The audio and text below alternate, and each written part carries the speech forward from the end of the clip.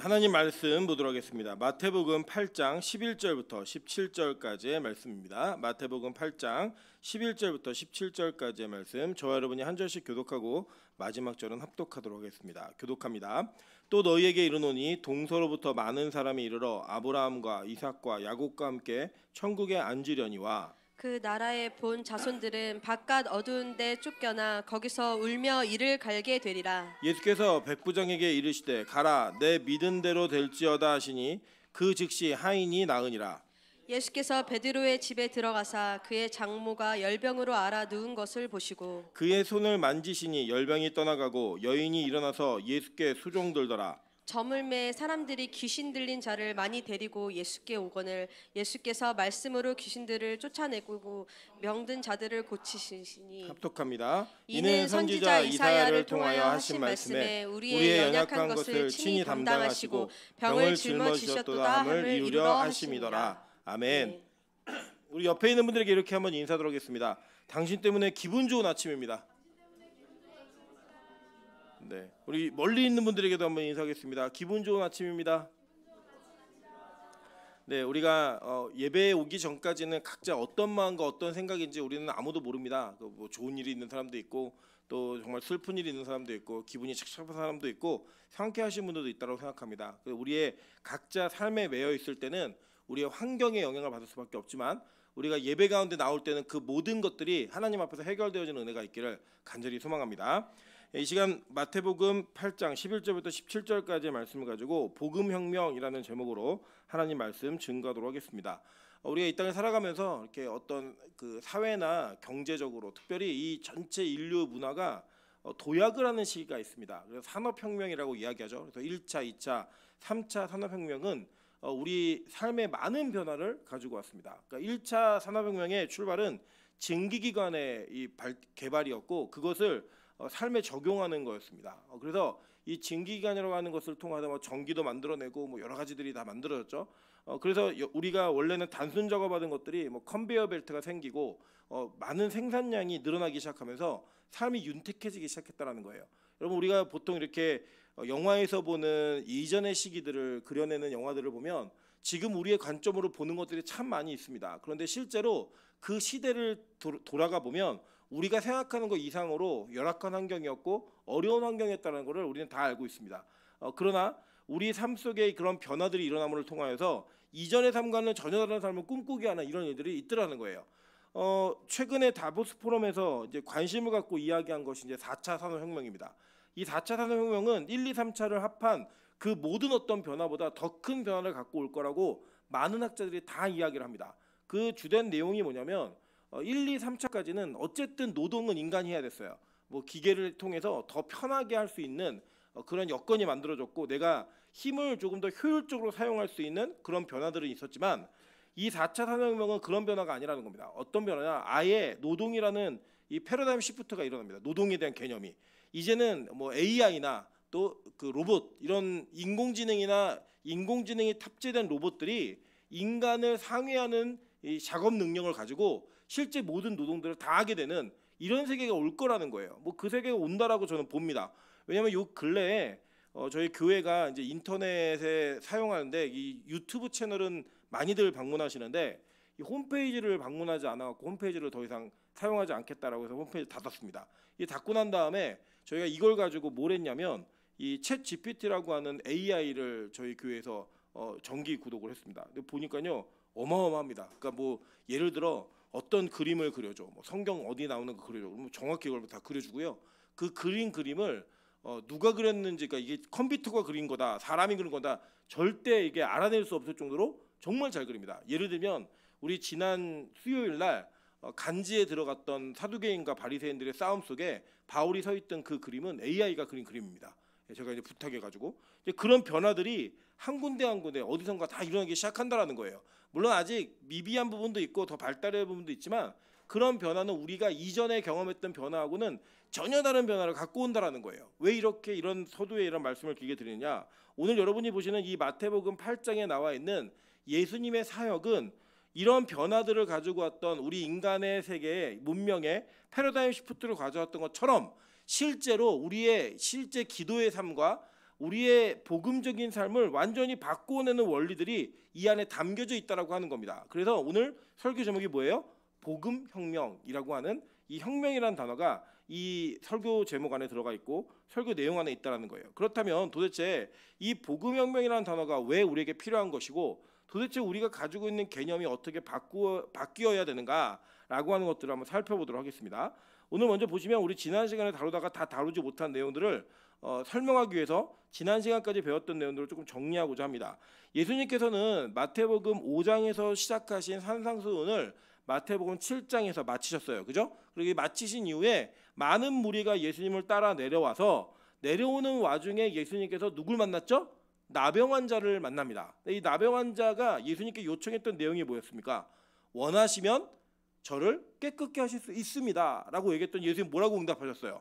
원하노니 라고 하는 이 주도권이 누구에게 있다는 걸 이 고백을 했어요. 나병 환자가 예수님께 있다는 걸 고백을 했죠. 그래서 이 나병 환자와 같은 이 나병은 피부병으로서 한번 바라면 격리되어져야만 하고 이스라엘 공동체 안에 떠나야만 되는 병이었어요. 그죠? 그래서 여러분 이게 산상수훈은 뭐랑 매칭이 됐죠? 구약의 시내산에서 받은 율법과 병행이 되었죠. 그죠? 대칭이 되었고 이 내려오는 장면 속에 한 나병 환자가 나왔던 것을 우리는 우상숭배했던 이스라엘 백성들을 그대로 상징하는 거라고 이야기했죠. 그죠? 그래서 그 사람들이 가지고 있었던 우상숭배 고질병, 그 누구의 병이다? 우리의 병이잖아요. 그죠? 근데 그것을 예수께서 어떻게 하신다고요? 깨끗게 하실 수 있다라고 하는 율법의 완성자로서의 모습이 여기에 담겨져 있다고 얘기했어요. 그 다음 내용은 뭡니까? 가버나움에 가셨는데 백부장이 나와서 간구했죠. 근데 이 백부장은 원래 어떤 군대라 그랬어요? 로마 군대보다는 헤롯의 군대일 가능성이 크다고 얘기했죠. 그죠? 이방인의 군대였단 말이에요. 그래서 이방인의 군대의 장이었던 이 백부장이 뭘 사모했느냐? 이 사람이 다른 성경을 병행해 보면 회당을 지어주고 이스라엘 유대 민족을 사랑했다라고 이야기해요. 그래서 그렇게 했던 그 사람이 중풍병 걸렸던 하인, 그 하인을 정말 사랑했거든요. 이 사랑했던 하인을 위해서 자신이 간구를 하는데 예수님께 요청했던 내용이 뭐냐면 예수님 우리 집에 오는 거 내가 감당하지 못하겠습니다. 나도 남의 수하에 있는 사람이고 내 수하에 있는 사람에게도 오라가라 하면 다 갑니다. 그냥 오지 마시고 말씀 한마디만 하시면 낫습니다라고 얘기했더니 예수님께서 이 믿음을 보고 깜짝 놀라셨죠. 그죠? 이 믿음이라는 게 어떤 개념이라고 했어요? 지금 우리는 믿음을 지적, 감정적 어떤 정의적인 동의로서 내가 당신을 신뢰한다라고 하는 개념 속에 머물고 있지만 이 유대 사회에서의 믿음이라는 개념은 그런 정도의 수준이 아니었습니다.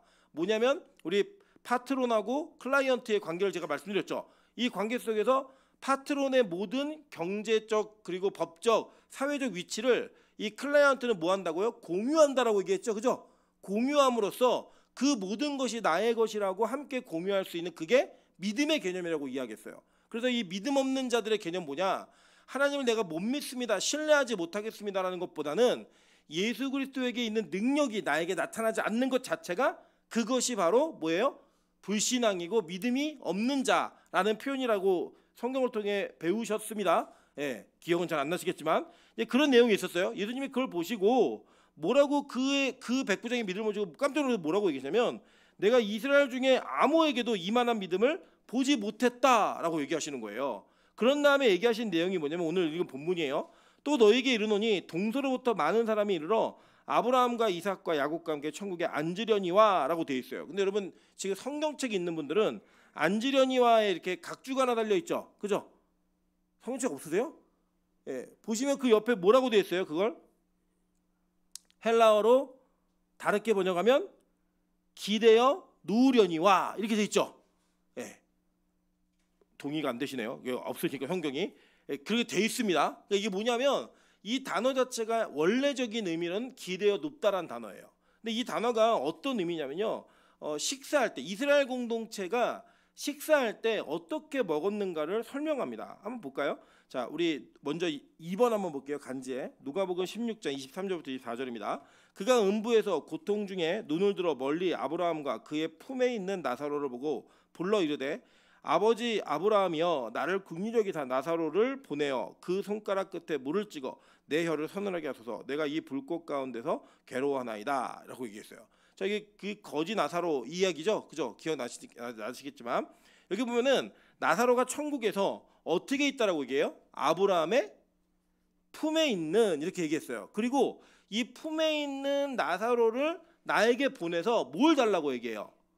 물을 달라고 얘기했죠. 먹는 문화를 얘기한 거예요. 먹는 거. 그러니까 이게 품에 있다라는 게 뭐냐면 여러분 이게 그 우리는 잘 알고 있듯이 뭐 이게 최후의 만찬 이런 그림을 알고 계시잖아요. 그 그림에 보면 탁자에 제자들이 예수님을 중심으로 쭉 이렇게 앉아가지고 서로 양쪽 끝으로 쭉 벌려 있고 저 끝쪽에 있는 가룟 유다 이게 남입니까 누굽니까 찾는 그 가룟 유다가 그려져 있죠. 근데 그렇게 그린 그림은 너무나 유럽적 중세적인 사회의 분위기를 그대로 반영한 겁니다.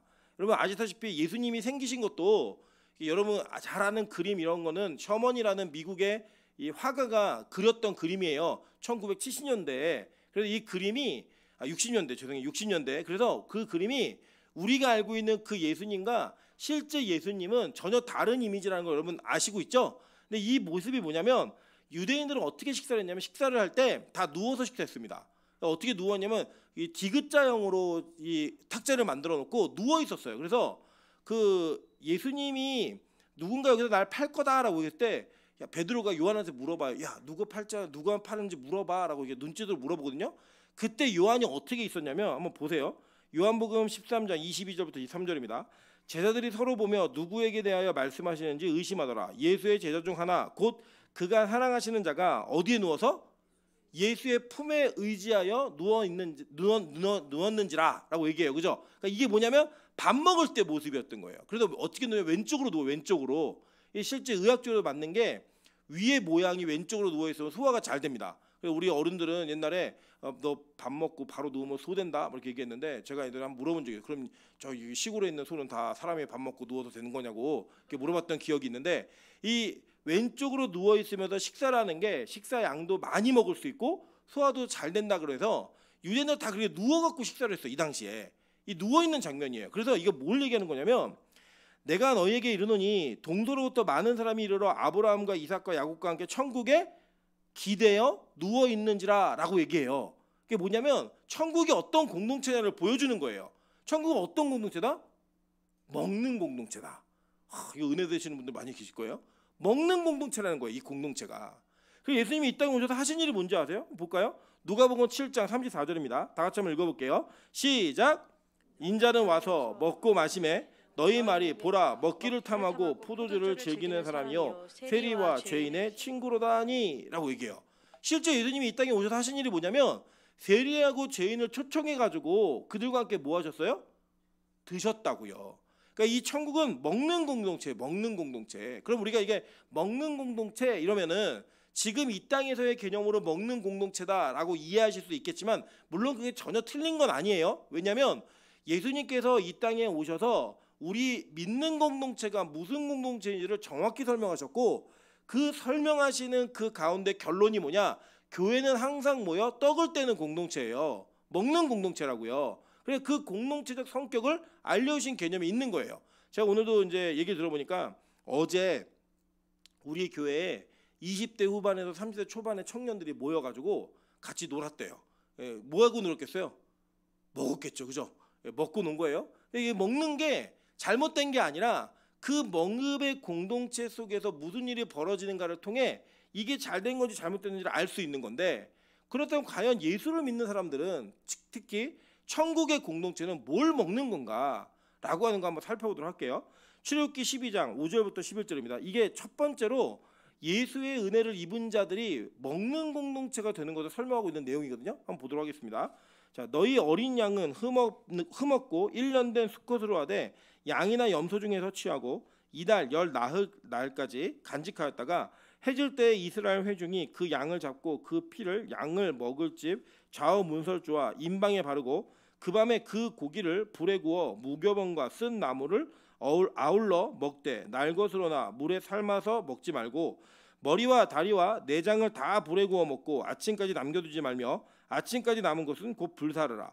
너희는 그것을 이렇게 먹을지니 허리를 동이고 신을 신고 손에 지팡이를 잡고 급히 먹어라. 이것이 여호와의 유월절이니라 라고 얘기했어요. 그죠? 자, 이때 이 유월절의 어린 양의 피를 문 인설주와 임방에 바름으로써 그 집이 이 어린 양의 피로 말미암아 죽음과 사망의 권세가 넘어가는 집이었죠. 넘을 월이잖아요. 그죠? 이게 히브리어는 패사흐라고 얘기하고 영어는 패스오버라고 얘기하는 이 모든 게 다 넘어가다는 뜻이에요. 그냥 그게 원래는 그 집에 사망이 임해야 되는데 무언가를 먹음을 통해 넘어갔다는 거예요.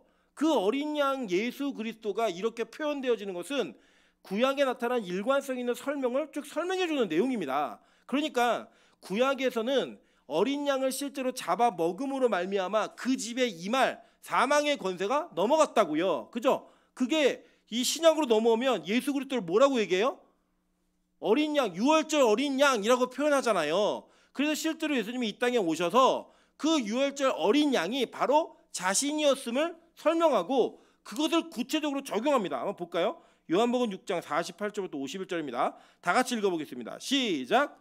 내가 곧 생명의 떡이니라. 너희 조상들은 광야에서 만나를 먹고도 죽었거니와 이는 하늘에서 내려오는 떡이니 사람으로 하여금 먹고 죽지 아니하게 하는 것이니라. 나는 하늘에서 내려온 살아있는 떡이니 사람이 이 떡을 먹으면 영생하리라. 내가 줄 떡은 곧 세상의 생명을 위한 내 살이니라. 아멘. 자, 예수님이 이 땅에 오셔서 가르치는 내용이 뭐냐면 내가 실제 떡이라는 거예요. 그죠?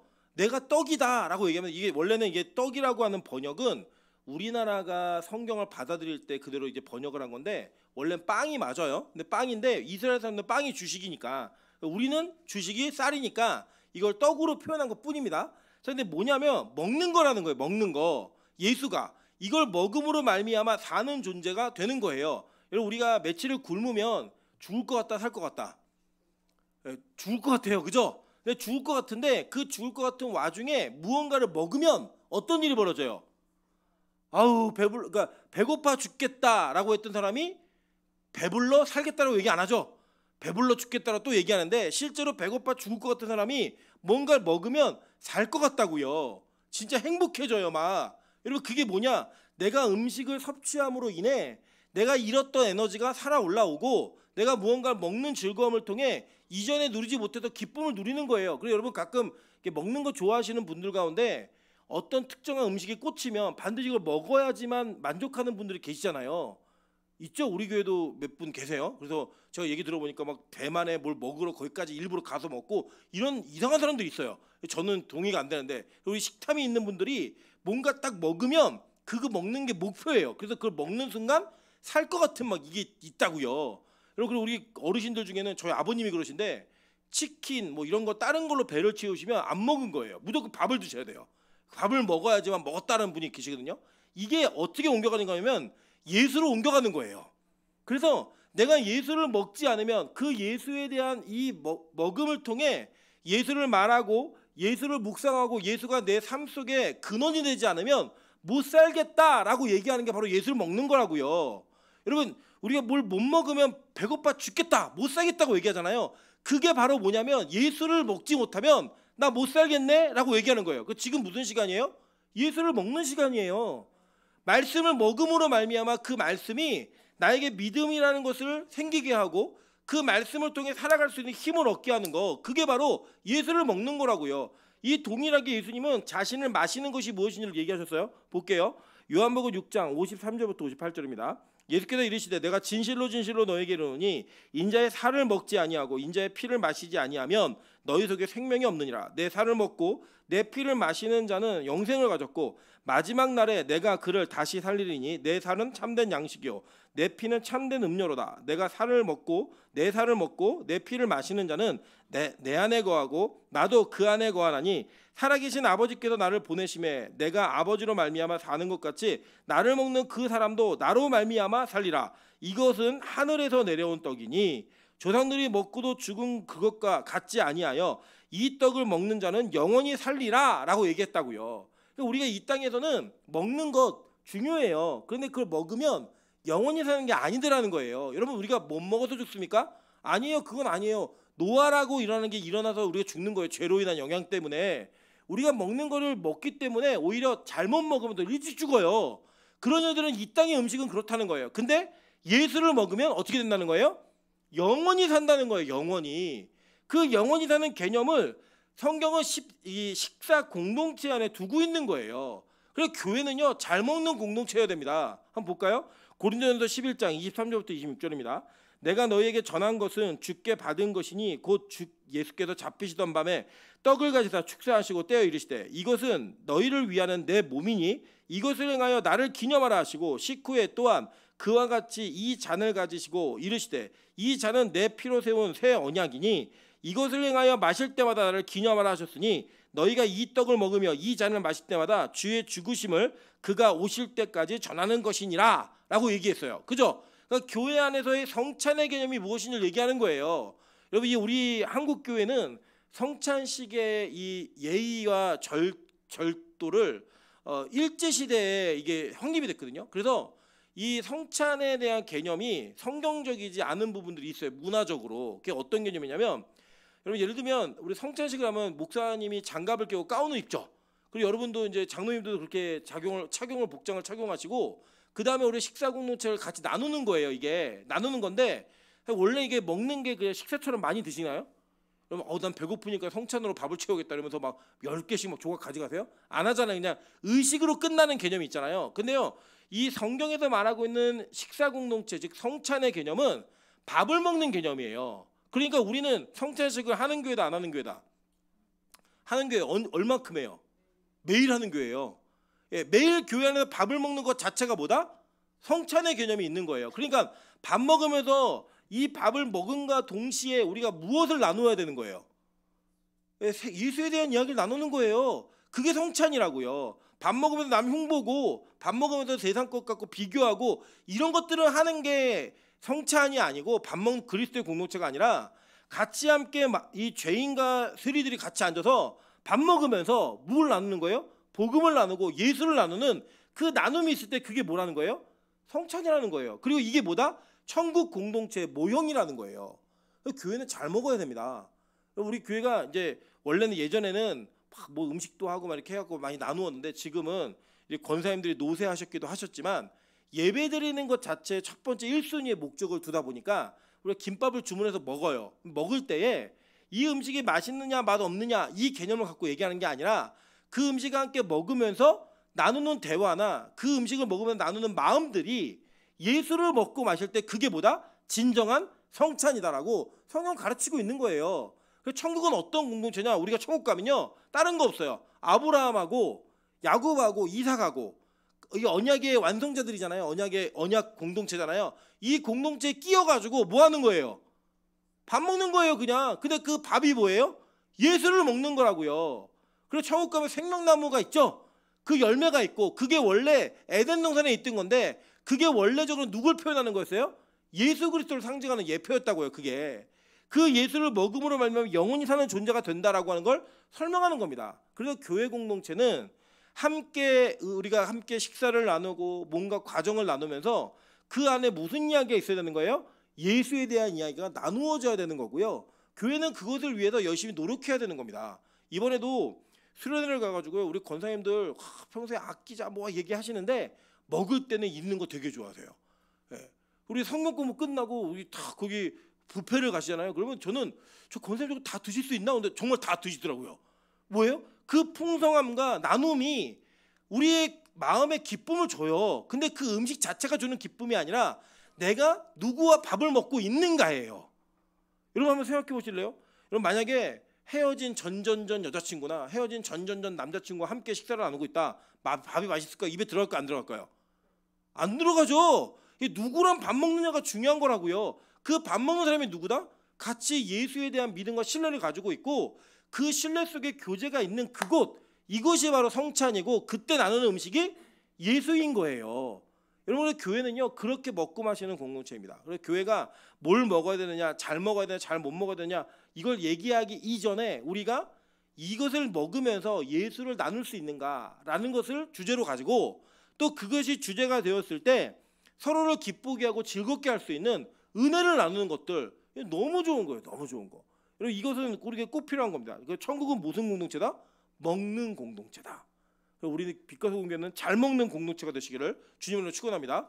그리고 웬만하면요 여러분 예배 끝나고 막 집에 가도 도망가지 마시고 함께 식사를 나누고 함께 나눔을 갖는 게 이게 뭐의 모습이냐? 천국의 모형의 모습인 거예요. 천국 가면 우리 계속 같이 밥 먹습니다. 그리고 그 테이블에 초대하는 것 이것 자체가 천국의 초청을 받는 거예요. 우리 교회가 잘 먹이는 교회, 잘 먹을 수 있는 교회가 되기를 소망합니다. 자, 그렇게 이것을 이야기하신 이후에 실제로 예수님께서 가라 얘기하니까 진짜 믿은 대로 그 병이 나았죠. 그 일이 벌어진 거예요. 그런 다음에 이제 베드로의 집에 예수님께서 들어가셨어요. 근데 보기 보니까 누가 아파했어요? 장모가 열병으로 앓아누운 것을 보시니라고 얘기해요. 이것을 통해서 우리는 캐톨릭의 잘못된 부분을 이해할 수 있는 거예요. 우리 카톨릭의 사제들은 결혼을 못하죠. 왜 그러냐면 이제 중세 그레고리 1세라는 이 교황이 야 이제 앞으로 사제들은 결혼하지 마라고 결혼 못했어요. 그러면 그들은 결혼 안 하는 게 마치 능력과 경건의 어떤 하나의 상징처럼 이야기를 합니다. 근데 여러분 보시면 초대 교황이 누군지 아세요? 1대 교황? 베드로의 베드로. 근데 베드로에게 뭐가 있었어요? 장모가 있었어요. 베드로는 결혼했다 안 했다? 했다. 그죠? 베드로가 결혼을 했어요. 그러니까 이들이 가지고 있는 경건이라는 논리 자체는 성립하지 않는 거죠. 그죠? 근데 이제 이게 뭐냐면 천주교는 결혼을 하면 사제가 못 되고 우리 개신교는 또 결혼을 안 하면 목사 생활하기가 쉽지가 않아요. 그게 좀 어려움이 있어요. 그런데 어쨌든 간에 이것 자체가 결혼도 마찬가지고 모든 것이 그리스도의 은혜 안에서 하나의 표징으로 주신 거지 이게 끝까지 가는 거 아닙니다. 예를 들면 이런 거예요. 여러분 이 땅에서의 아내가 천국 가면 아내다 아니다? 아니에요. 천국 가면 지금의 남편이 남편이다 아니다? 아니에요. 그러면 천국 가면 지금의 아버지 어머니가 거기서도 아버지 어머니다 아니다? 아니라고요. 왜 아니냐면요. 천국에 가면 새로운 관계로 다 재편이 되는 거예요. 왜 재편이 돼야 되느냐? 이런 겁니다. 우리가 이 땅을 사는 동안에 하나님 맺어주신 관계가 있어요. 그중에 특별히 친밀하다라고 얘기하면 부부간의 관계가 있겠고 그거 이상에 가는 다른 카테고리지만 친밀함이 있다면 부모 자식 간의 관계가 있을 거예요. 그런데 여러분 예를 들어 천국에 갔는데 나의 부모나 아내나 자녀가 천국이 아닌 지옥에 있다라고 한다면 그게 천국이겠어요? 아니겠죠. 천국은 그런 슬픔과 고통을 느끼는 곳이 아니에요. 그곳은 오로지 예수 그리스도에게 연합되어서 한 형제와 한 자매된 자들만 그곳에 있는 것이고 예수의 신부들만 있는 곳이 천국이에요. 그러니까 이 결혼제도 뭐 이런 거는 다 이 땅의 유한한 제도이지 무한한 제도가 아니라는 겁니다. 그럼에도 불구하고 이 땅의 유한한 제도를 통하여 하나님은 어디를 보게 만든 거예요? 천국을 보게 만드신 거예요. 여러분의 아내와 남편과 같이 부부 생활을 하면서 여러분의 부모와 자녀와 함께 가족 생활을 하면서 하나님의 나라를 꿈꾸고 보게 만드는 그 예행 연습을 이곳에서 먼저 하게 하신 거예요. 그래 뭐 어떻게 연습하는 거냐 이런 겁니다. 이 아내나 남편에게 마음에 안 드는 부분이 있을 수 있잖아요. 그걸 보면서 야, 나 같은 쓰레기 같은 인간을 예수님이 신부 삼아 주셨구나.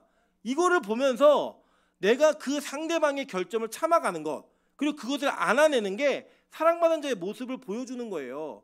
그리고 자녀에게는 뭐가 있느냐? 무한한 사랑이 있잖아요. 제가 오늘도 저희 왜 그런지 모르겠는데 저희 아내가 이제 먼저 찬양 연습 시간 때문에 먼저 올라가니까 저희 애들 둘하고 저만 차에 남았어요. 차에 짐이 많으니까 저희 아내는 항상 이사를 다니니까 짐이 많아요. 그러니까 이사를 막 챙겨가지고 이사 좀 챙겼는데 둘째가 자기를 안고 가라는 거예요. 그러면서 차에서 울음이 터져갖고 막 서럽게 막 울면서 입이 막 이렇게 내려와가지고 나 안고 가 막 이렇게 얘기하는 거예요. 제가 찬이야 걸어야 돼. 짐이 너무 많어. 그랬더니 무조건 안고 가라는 거예요. 어떻게 하겠어요? 안고 왔어요. 어쩔 수 없어요. 그게 뭐다? 부모가 자식을 사랑하는 마음이라고요. 그게 하나님과 우리와의 관계 속에 일어나는 거예요. 우리가 어거지를 부릴 때도 있고요. 고집 부릴 때도 있어요. 근데 하나님이 그걸 어떻게 보세요? 그래 때로는 안아주기도 하고 때로는 때리기도 하지만 이 안아줌과 때림을 통하여 우리를 하나님의 사랑으로 만들어가는 일을 자녀 돌보듯이 하신다고요. 그게 하나님과 우리의 관계 유일한 관계이지 천국엔 그런 관계 없어요. 천국 가면 다 그냥 재편이에요. 재편된다는 게 새롭게 편성된다는 거예요. 그래서 가족관계 없고 누가 가족이다? 여러분이 가족이에요. 누가 형제다? 여러분이 형제라고요. 예수님이 그래서 예수님 어머니하고 형제들이 예수님 찾아왔는데요. 예수님 뭐라 그러세요? 누가 형제고 누가 내 부모냐? 하나님의 말씀을 지키는 자가 내 부모가 형제다 이 얘기를 하잖아요. 그래서 교회 공동체의 결속력은요 세상보다 더 끈끈해야 됩니다. 그래서 저는요 빛과 소금 교회에 진짜 큰 강점이 있다고 생각해요. 그게 뭐냐면 얼마 되지 않은 공동체이기 때문에 가족 같은 공동체를 이루어갈 수 있다는 거예요. 여러분 그게 때로는 부담스러울 때도 있어요. 그러니까 우리 집에 숟가락이 몇 개인지 다 알잖아요. 이 공동체 안에서는. 그러니까 이게 너무 부담스러울 때도 있지만 이런 공동체가 진짜 천국의 공동체임을 알아야 되는 겁니다. 여러분 대형 교회 사람 많이 모여서 누가 왔다 갔다 하는지도 모르는 교회는 기본적으로 교회가 가지고 있는 천국의 모형의 개념을 상실한 부분이 진짜 많아요. 그래서 저는 빛과 소금 교회가 정말 대형 교회 되길 원하지 않습니다. 제가 목회를 하면서 부교육자로 이렇게 삶을 살다 보니까 제 지능과 제 돌봄의 한계로는 500명이 넘어가면 관심이 안 가는 사람들이 생기더라고요. 500명이 넘어가면. 그러니까 저는 하나님이 대형교회 목사는 안 만드실 것 같아요. 대형교회 목사님도 훌륭하셔가지고 10,000명, 20,000명 있어도 다 이렇게 관계가 맺어지는지 같은데 저는 그렇지 않은 것 같아요. 그래서 저희 교회는 앞으로 500명 안 넘을 거라는 확신이 있어요. 아무리 해도. 예. 왜냐? 저는 그게 가족 공동체라고 생각해요. 넘으면 어떻게 할 거냐? 저는 개척시키는 게 맞다고 생각해요. 분립해서 부목사하고 장로님들 오래된 순서로 떼어가지고 개척하시는 거예요. 그냥 그 공동체 또 이루어져 가는 거죠. 교회가 지원하고 이런 형태로 진짜 교회 공동체는요 가족과 같은 공동체를 이루어 가야 되는 그 역할이 있는 겁니다. 그래서 이 장모의 집에 들어갔는데 이 예수님께서 베드로의 장모를 그냥 두지 않으시는 거예요. 왜냐하면 천국의 모형으로 가족관계가 맺어진 거잖아요. 그 가족관계가 맺어졌기 때문에 이 땅에서는 그 지체를 위해서 열심히 노력을 다하는 게 우리의 사명이에요. 천국 가면 우리 부부 아니니까 대충 살아 그게 아니고 천국의 모형이 주어진 그 과정 속에 있는 아내, 남편, 자녀 우리 이 공동체가 있으니까 서로에게 신경 쓰고 최선을 다하자 이게 맞는 거라고요. 그 예수님께서 이 장모의 열병을 고치시는데 다른 성경들을 보면요 이 장모를 고치실 때 개념이 있어요. 한번 볼게요. 자, 누가복음 4장과 마가복음 1장은 이걸 동일하게 얘기했어요. 한번 보도록 하겠습니다. 예수께서 일어나 회당으로 나가사 시몬의 집에 들어가시니 시몬의 장모가 중한 열병을 앓고 있는지라 사람들이 그를 위하여 예수께 구하니 예수께서 가까이 서서 열병을 꾸짖으신데 병이 떠나고 여자가 곧 일어나 그들에게 수종드니라. 해질 무렵에 사람들이 온갖 병자들을 데리고 나오매 예수께서 일일이 그 위에 손을 얹으사 고치시니 여러 사람에게서 귀신들이 나가며 소리질러 이르되 당신은 하나님의 아들이니이다. 예수께서 꾸짖으사 그들의 말함을 허락하지 아니하시니 이는 자기를 그리스도인 줄 알미러라라고 얘기했어요. 자, 마가복음 1장 29절부터 34절 읽어보겠습니다. 시작.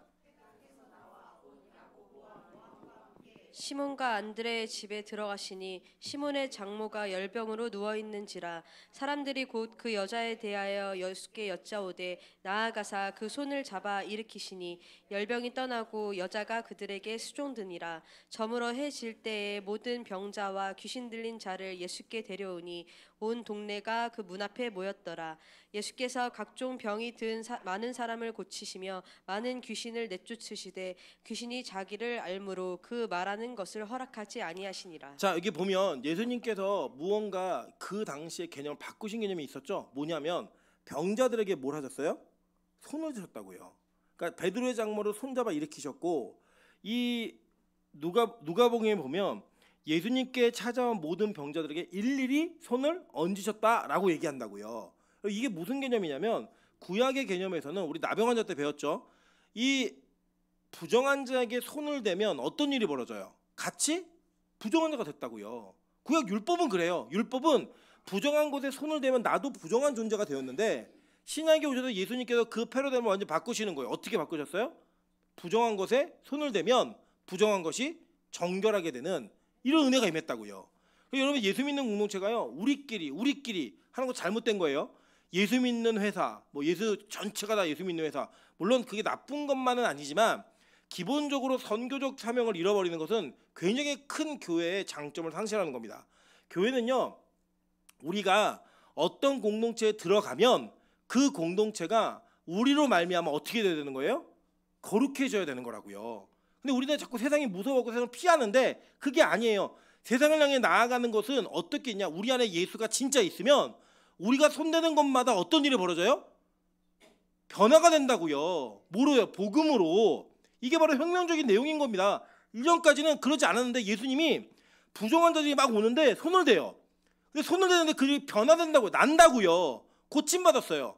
실제 어떻게 고침받았냐면 보면은 귀신들이 나갔다라고 얘기해요. 그죠? 귀신들이 나갔다. 이 유대인들의 개념 속에서의 귀신은 교만한 자나 그리고 이 악한 자에게 임하는 거였다고요. 그러니까 하나님의 나라의 백성이 아니에요.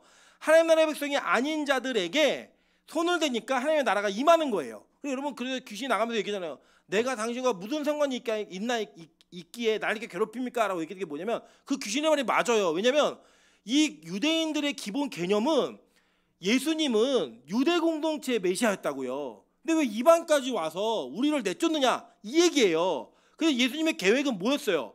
유대인으로부터 시작해서 이방인에게로 복음이 펼쳐 나가는 거죠. 그 일들이 지금 이루어지고 있는 거예요. 자기의 복음의 경계선이 넘어가는 거예요. 원래는 유대인들이었는데 그 유대인들의 경계선을 넘어서서 이방인에게 복음이 나아가고 있는 장면이 오늘 나오는 거예요. 이 장면 속에서 예수님이 손대는 것마다 고쳐지고 바뀌어지는 일들이 손을 대시는 걸 통해 이루어졌다라고 하는 게 이게 구약에 있었던 개념이 완전히 뒤바뀌는 겁니다. 그리고 여러분 구약에서는요, 예수 믿는 사람들이나 하나님을 섬기는 사람들은 이방인들과의 분리를 통해 거룩함을 주장했어요. 그런데 신약에서는 이 거룩함이 나아가는 것을 통해 그 거룩함이 증명되었어요. 이게 우리에게 필요한 거라고요. 교회는 이런 겁니다. 여러분 세상이 악해지고 세상이 더 이게 현혹되고 이 물질 문명이나 이 문화 쇠퇴가 계속 악한 쪽으로 가잖아요. 그곳에서 우리가 피해 다 교회로 숨어 이게 아니라고요. 거길 향해 나아가면 그 나아가는 것을 통해 뭐가 벌어진다고요? 변화가 벌어져요. 여러분 그걸 제가 한번 말씀드렸는데 주일날 얘기하면 좀 부담스럽게 하지만 어떤 부산에 난 모 교회가 서울에 있는 대형 교회 10개 중에 6개 교회를 이게 순위로 10개 중 6개 교회를 10월 27일 날 광화문 광장에 모이기로 약속을 했대요. 그걸 막 자랑해요. 그걸 얘기해요. 저는 그런 식의 교회의 교세를 보여주고 막 모여가지고 우리가 얼마나 큰 공동체를 얘기해 주는 거 이거 별로 큰 의미 없다고 생각합니다. 진짜 의미는 뭐냐면요, 세상이 다 동성애를 해도 그리스도인이 동성애를 하지 않는 것, 우리가 만나는 자들이 그곳에서부터 건짐을 받는 것, 이게 바로 복음의 능력이지 그 법을 만들어서 법으로 막는다고 그게 막아지는 거겠습니까? 여러분 제가 말씀드렸잖아요. 저는 목사이고 저는 기독교 신앙을 가지고 있는 사람이기 때문에 술 담배를 하지 않아요. 제가 술 담배가 불법이어서 안 하는 게 아니라고요. 술 담배가 불법이어서 안 하는 게 아니라 왜 안 하는 거냐면 제가 제 신앙에 의해서 그게 옳지 않다라고 믿으니까 안 하는 거예요. 그죠? 동성애가 불법이니까 안 하는 게 아니에요. 동성애는 그리스도의 인치심을 받은 자들의 개념으로 성경이 금지하고 있기 때문에 안 하는 거예요. 그죠? 이게 맞는 거라고요. 오히려 이런 훈련이 되어야지 세상의 법을 제정해서 무언가를 만든다? 저 이거 옳지 않다고 생각해요. 어쨌든 중요한 건 뭐냐면요, 우리가 가지고 있는 진짜 신앙이 있으면 우리가 그 진짜 신앙을 갖고 손대는 곳마다 변한다 안 변한다? 변한다고요. 그게 우리에게 필요한 자세이고 모습인 거예요. 근데 우리가 진짜 우리 안에 예수가 있느냐? 그게 없을 때는요, 보호받으셔야 돼요. 훈련되지 않은 사람들 내보내는 게 아니라고요. 여러분 보세요. 이스라엘 공동체를 하나님이 40년 동안 광야에서 격리시켰어요. 하나님만 보게.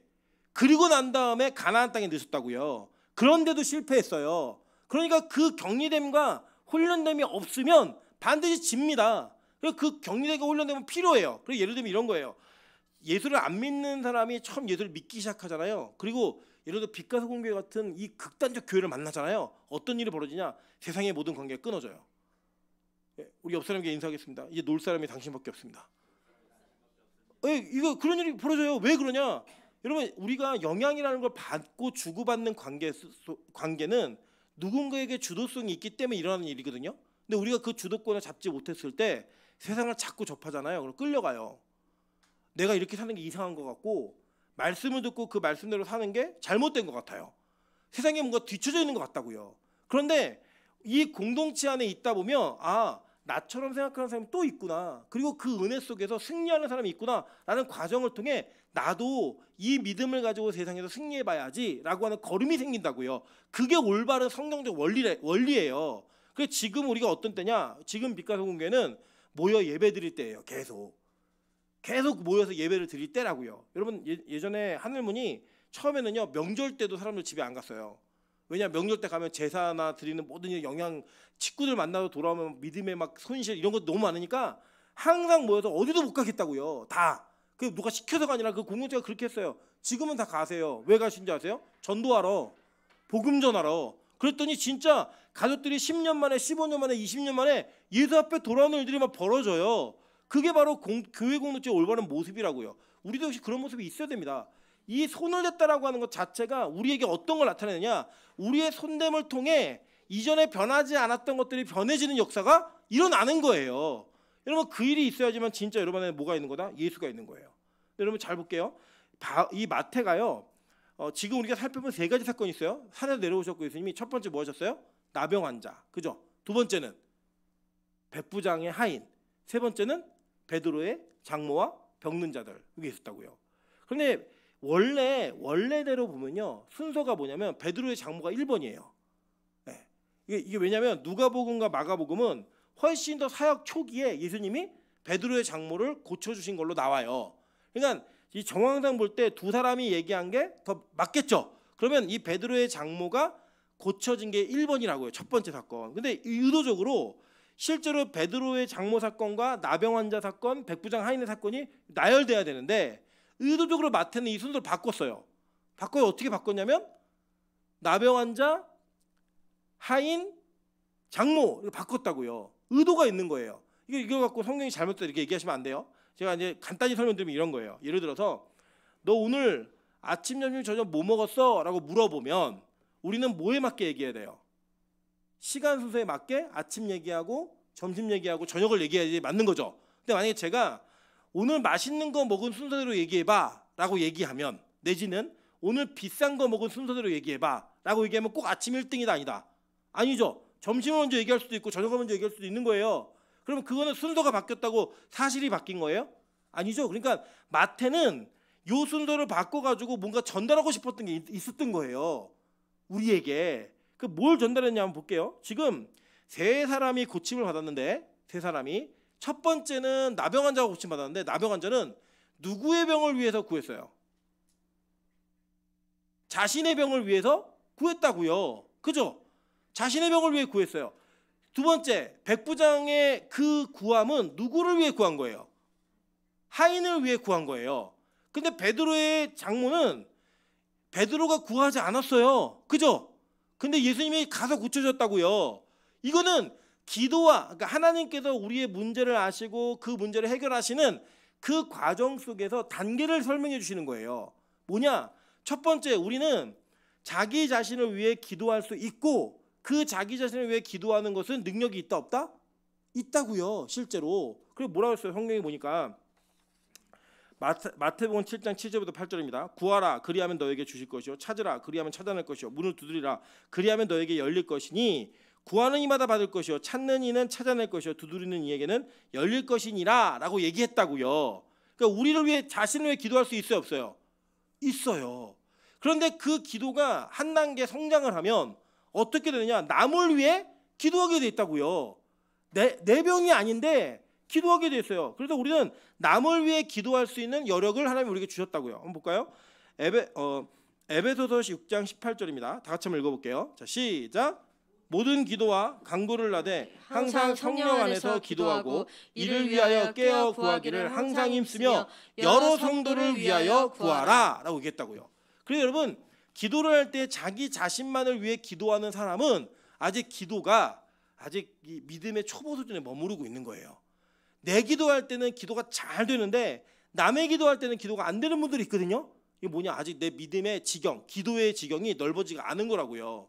저는 개인적으로 이게 어머니의 목회 영향을 받아 그런지 제 기도할 때는 재미가 없고요. 제 기도할 때는 기도가 잘 안 돼요. 근데 이제 교회 기도나 다른 사람들 위해 기도할 때는 기도가 오래 시간이 지나도 그게 별로 어렵지가 않아요. 네. 그래서 이게 뭐냐면 우리가 가지고 있는 기도 영역이 있는 거예요. 예를 들어 이런 겁니다. 빛가소공교회 성도들 위해서 그래도 누가 제일 기도를 많이 할까요? 목사가 제일 많이 해야죠. 네. 물론 우리 기도의 양은 우리 미애나임 교사가 저보다 훨씬 많은 것 같아요. 양 자체는. 근데 그 깊이와 넓이는 저는 뒤지지 않는다고 생각해요.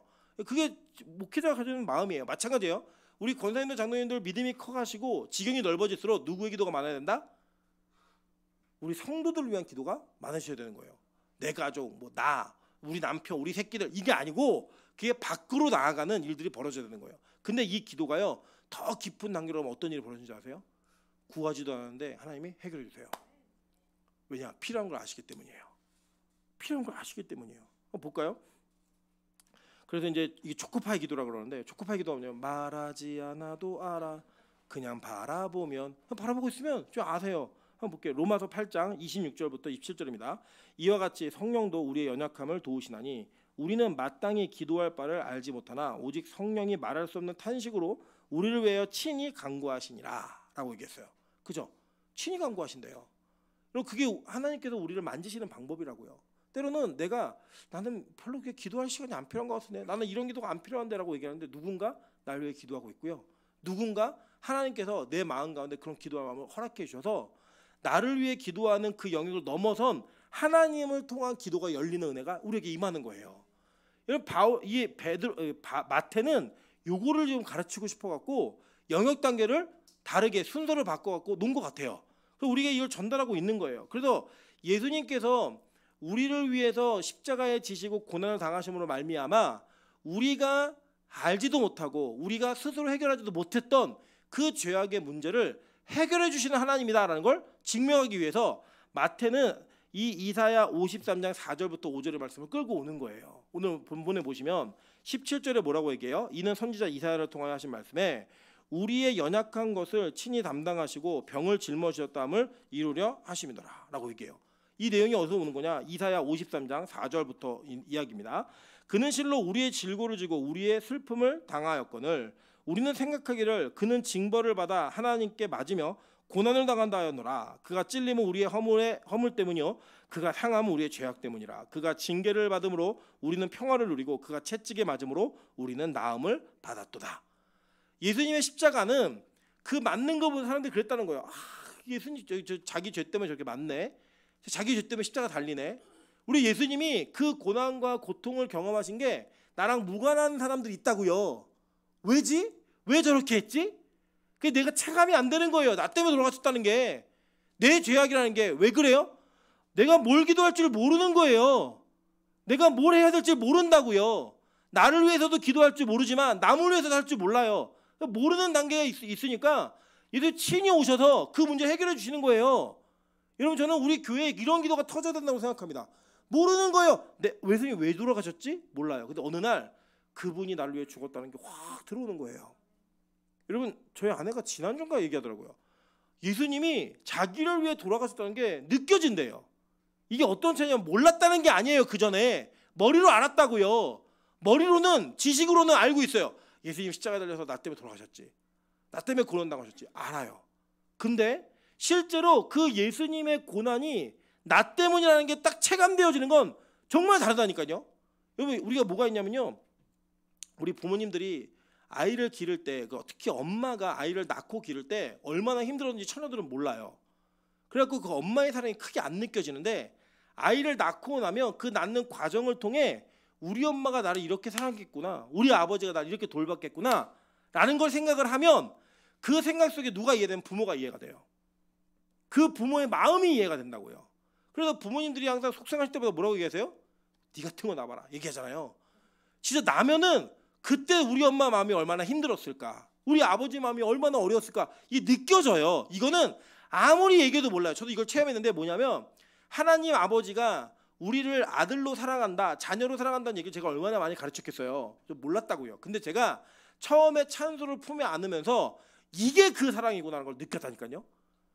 그 느낌을 통하여 우리가 이전에 경험하지 못했던 은혜가 우리에게 임하는 거예요. 예수님이 이 땅에 오셔서 일일이 손대시면서 사람들을 고치시면서 많은 사람들을 육신의 한계를 잊고 이 사람들을 대했다고요. 그리고 피곤하신 거예요.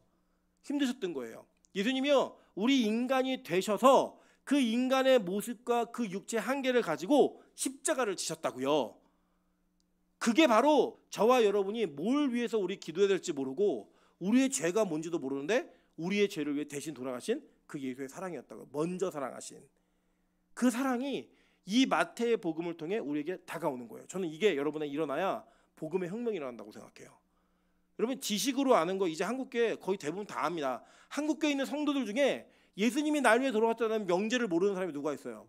아무도 없잖아요. 그 초신자들 말고 다 알아요. 근데 그게 느껴지는 것과 머리로 아는 건 전혀 다른 차원이에요. 저는 우리 빛가서 공교회 이 혁명이 일어나길 소망합니다. 진짜 예수님이 날 위해 돌아가셨구나 라는 게 느껴질 때 눈물이 터지는 거고요. 그분이 날 위해 죽으셨구나 라는 것이 체감되어질 때 그분을 위해 그 어떤 것도 아깝지 않은 인생이 된다고요. 저 우리 빛가서 공교회가 그런 단계를 걸을 수 있는 진짜 믿음의 단계, 그 복음의 혁명이 일어날 수 있는 그런 공동체 되시기를 주님의 이름으로 축원합니다. 이제 같이 한번 찬양으로